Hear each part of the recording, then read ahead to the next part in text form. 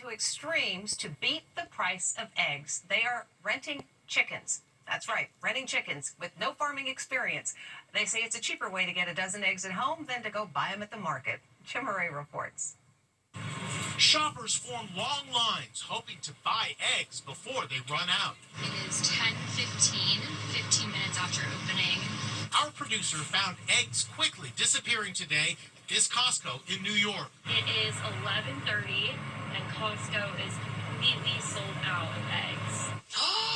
Skyrocketing egg prices are also hitting restaurants hard. It's difficult. Mark Cantor owns LA's iconic Cantor's Deli and was just slammed with this staggering bill. This was the knockdown bill that killed us. Look, his bill for eggs is $24,536. That's more than double his October bill, which was $10,703. The crazy price increase and supply shortage has egg lovers looking for alternatives. Now there's increasing demand for people to rent their own chickens. Egg lovers can become farmers overnight and serve up fresh eggs anytime they want. The chickens! I was there as Rent the Chicken made a delivery today in Los Angeles. Yes, Rent the Chicken really exists. Here's your baby girl, Galette. This family is renting two chickens named Galette and Shortcake. Anytime you've gone to the grocery store and seen an empty shelf, it's kind of like, oh, maybe I should figure out how to be a little more independent. The hens lay about 12 eggs a week, but renting them isn't cheap. Good girl.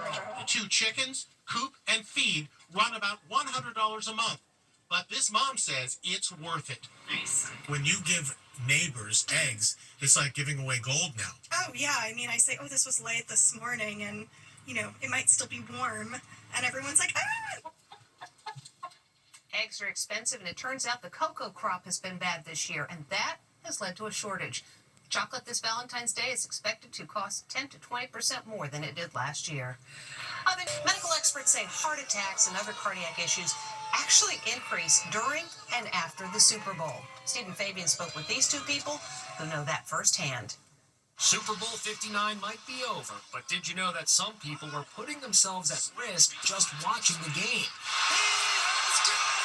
Touchdown! Check out this headline in the Wall Street Journal this week. Heart attacks rise during the Super Bowl. 49-year-old Angela Manville knows firsthand. She's a big fan of the Kansas City Chiefs and suffered a cardiac event as she watched them play in the Super Bowl 5 years ago. She ended up in the emergency room. I started to get a really bad burning, like a heartburn feeling, but it wasn't heartburn.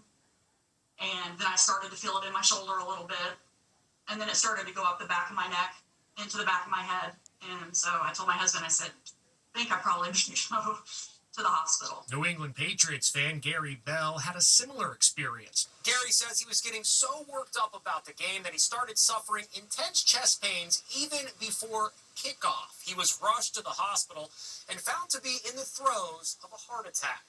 My heart rate was going crazy. Put me in the EKG. They told me I was having a heart attack. Doctors stabilized him, and sure enough, at his insistence, he watched the Super Bowl from his hospital bed. I begged them to let me go, so I was crazy enough. I left the hospital, went home, and watched the second half. So, what's going on here? Experts say it's a combination of stress, all that screaming, plus booze and greasy Super Bowl foods like chicken wings we love to eat on Super Bowl Sunday. The history of heart trouble adds to the dangerous mix. You have the baseline risk, you eat the bad stuff, and then you put the stress of the game.